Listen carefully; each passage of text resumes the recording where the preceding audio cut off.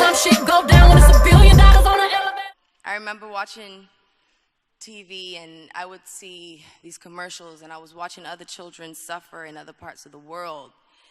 And, you know, the commercials where you could give 25 cents and save a child's life and, and I would think to myself, like, I wonder how many 25 cents I could save up to save all the kids in Africa. We're all human. And we all just want a chance. A chance at life, a chance at an education, a chance at a future, really. And at CLF, our mission is to impact as many lives as possible. There are over 700 billionaires in the United States. Surprisingly, over 60% of billionaires are self-made. Amongst the richest are tech giants Elon Musk, Jeff Bezos, and Bill Gates, along with Warren Buffett and the Waltons. Their net worths are in the tens and hundreds of billions. However, in the United States, there are only 7 black billionaires. They include famous names like Oprah Winfrey, Tyler Perry, and Kanye West. The majority of black billionaires sit at the bottom of the hierarchy, normally worth only $1 billion or $2 billion. Though this might seem like a drop in the bucket, for anyone to become a billionaire, hundreds of people have to have been exploited, even by some of our faves. I think a lot of people can't comprehend just how big 1 billion is. A billion is 1 million times 1,000. For comparison, 1 million seconds is about 12 days. A billion seconds is almost 32 years. Becoming a billionaire is only possible through theft of time, wages, and humanity. Though the odds of becoming a billionaire are nearly 1 in 600,000, many see billionaires as aspirational.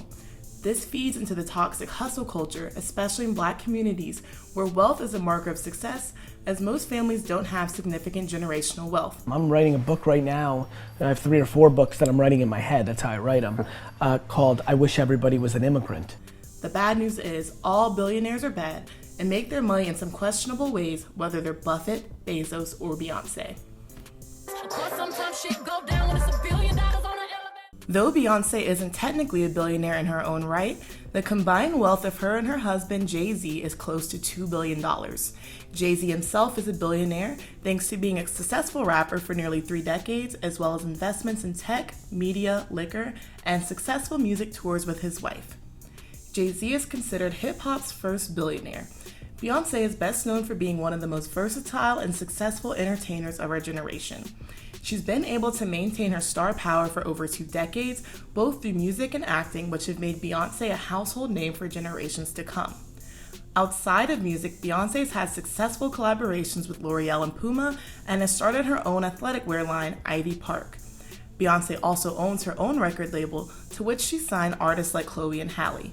The Carters are clearly at the helm of an empire and have devoted blood, sweat, and tears to gaining their fortune.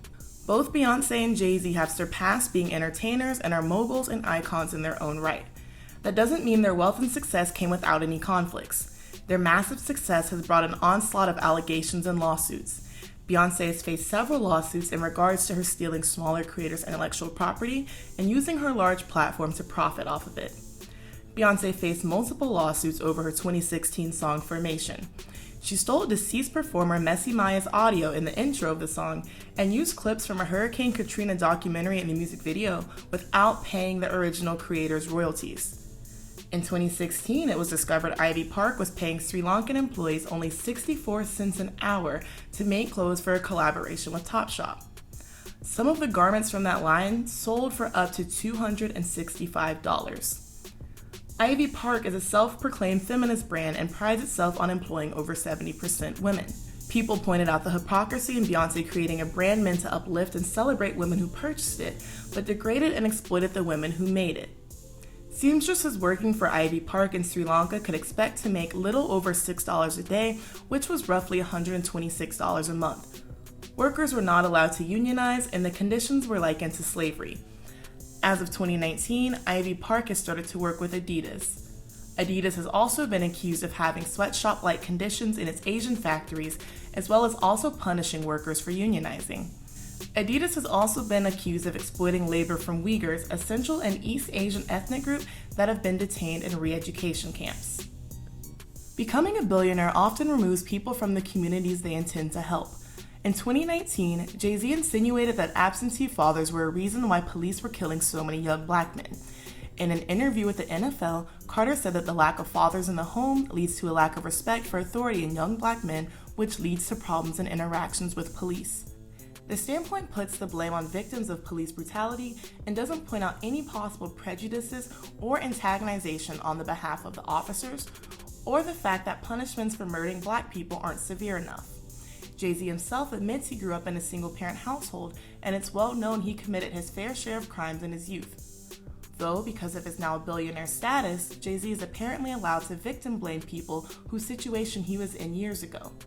Carter's tone-deaf words were supported by the NFL as he was partnering with them by doing a concert for social change.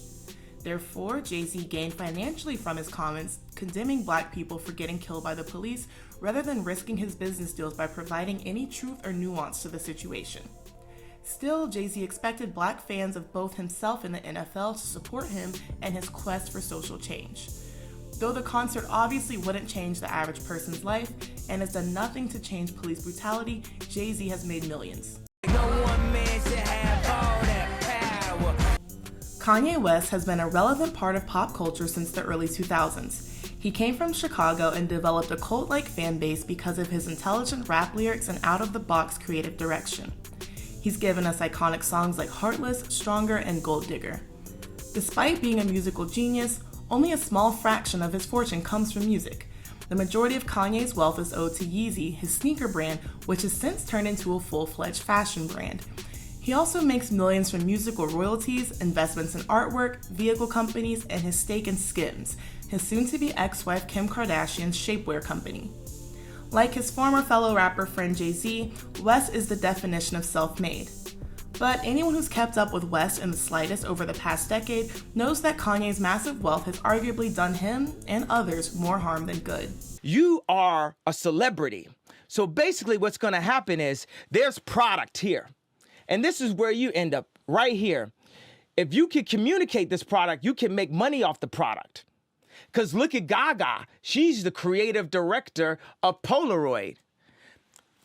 I like some of the Gaga songs. What the fuck does she know about cameras?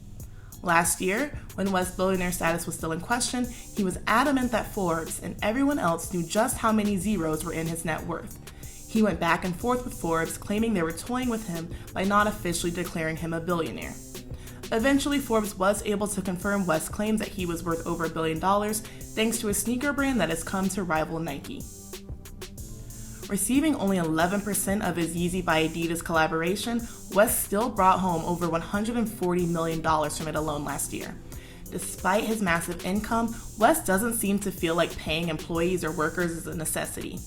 West has faced lawsuits for not paying Yeezy designers, listing them as independent contractors despite working specifically for the company and completing full-time duties. Yeezy was accused of not keeping an accurate account of payroll, not paying employees for working after hours, and not reimbursing them for out-of-town trips taken on behalf of the company. Yeezy's production has been largely based across Asia, but West has recently sought to move headquarters to Wyoming, where he spends most of his time. This move would save him close to $15 million in tax breaks, as Wyoming does not have a state income tax. This would devastate workers in Asia who depend on Yeezy for employment.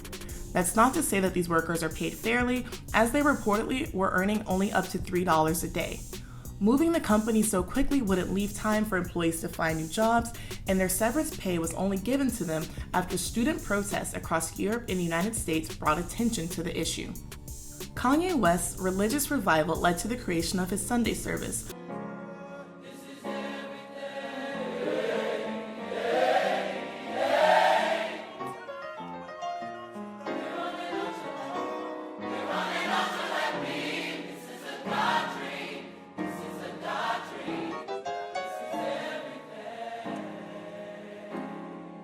A worship program created by West that eventually went viral. The Sunday services were an entire production, with famous friends and family in attendance, watching choirs and West perform renditions of his own music along with new additions. Over 1,000 workers have come together to file an over $30 million class action lawsuit against Yeezy and West. Workers included choir members, backstage workers, stylists, and makeup artists. Employees were either paid late or not at all and didn't receive compensation for working overtime. Bitch better have my money. Though she isn't spending much time in the studio, Rihanna is considered the wealthiest female musician in the world. According to Forbes, her net worth is $1.7 billion. Like the Carters, Rihanna made a lot of her money through her successful pop career. With her large platform, Rihanna branched out into beauty and fashion with Fenty Beauty and her Savage X Fenty lingerie line, which cemented her place in the beauty and fashion industry. When the news broke months ago that Rihanna was officially a billionaire, she was mostly met with praise and congratulations, especially from the Black community. Rihanna was viewed as the definition of self-made success and proof that anyone could go from humble beginnings and near bankruptcy to billionaire status with a bit of hard work and dedication, and a pretty face obviously doesn't seem to hurt. Though Rihanna obviously worked hard to get where she is, billionaire status involves many under you being worked even harder and employing deceptive business practices. In 2020, many who were part of the Savage X Fenty membership programs complained that they were faced with additional charges after being enrolled in the VIP program, and these charges hadn't been disclosed to them when they signed up. When shopping on the Savage X Fenty site, items have a price listed for both VIP and non-VIP members. Consumers are bombarded from all ends with advertisements to be in the VIP program and for special offers for VIP members only. There's no clear option to check out without signing up for the VIP membership program, even if one doesn't want the discount. When customers check out, the VIP program is automatically added to their cart. Though the charges aren't taken out immediately, the customer is then charged a $49.95 monthly fee at a later date. Though the membership offers discounts, the $50 you're paying every month basically makes all of the items regular priced. The membership can only be canceled by phone call, and it's nearly impossible to get a hold of someone on customer service. For these deceptive business practices, a complaint has been filed against Savage X Fenty to the Federal Trade Commission, and the company has complaints against them to the Better Business Bureau. As is the case with most mass-produced garments, workers for Savage X Fenty are often exploited for their labor. The company has been criticized for unethical practices and its negative environmental impacts. Workers in Bangladesh are being paid minimum wage, which is 9 cents an hour, while garments on the site sell for nearly 1,000 times that. Fenty Beauty, Rihanna's all-inclusive makeup brand, has been criticized for using child labor in India, despite Rihanna tweeting in support of farmers' labor protests in India that same week. A complaint against Fenty Beauty was filed with the National Commission for Child Protective Rights in India. The mineral mica, which is used in multiple Fenty Beauty and Fenty Skin products, is sourced from mines in Jharkhand, India, where children are mercilessly exploited for their labor. It's crazy how these brands that make inclusivity and supporting women of all kinds part of their brand simultaneously ruin the lives of other women. I guess the support for women only extends to women who can afford their products. If anything, these celebrity billionaires exploit their relationship with consumers more so than those who gain their wealth through tech or business. When I buy a new computer, I'm not doing it simply because I'm a fan of Bill Gates or Steve Jobs and I want to put money in their pockets. But when I buy a product from Rihanna or Beyonce or Kanye West, I'm doing this mostly because I'm a fan of them, and my admiration for them has led me to want to buy their products, good or bad, ethical or unethical. Celebrities' built-in fan bases often allow them to cut corners when they launch new products because they already have a built-in consumer base that they can sell their products to. Fans are often less likely to be critical of their idols, with whom they often have parasocial relationships and feel can do no wrong, and certainly aren't capable of the atrocities that all billionaires commit. Black billionaires should not be celebrated. They shouldn't be looked at as goals or proof you should stick to your side hustle. They shouldn't be praised for uplifting the community or achieving any victory for Black people. It can be easy to view Black billionaires as a representation of overcoming racism and systemic poverty. Black capitalists have existed for as long as wealth was available in the United States, but it begs the question, is it a victory for marginalized people to rise in a system designed to oppress them? Is this true equality? Can it be equality when the entire race doesn't succeed from the success of just one or two people? If capitalism is a system under which millions suffer, why is it considered inspirational that Black people are participating more heavily in that system? If a system is oppressive, it's not an accomplishment that more people who look like me are able to oppress others in that system.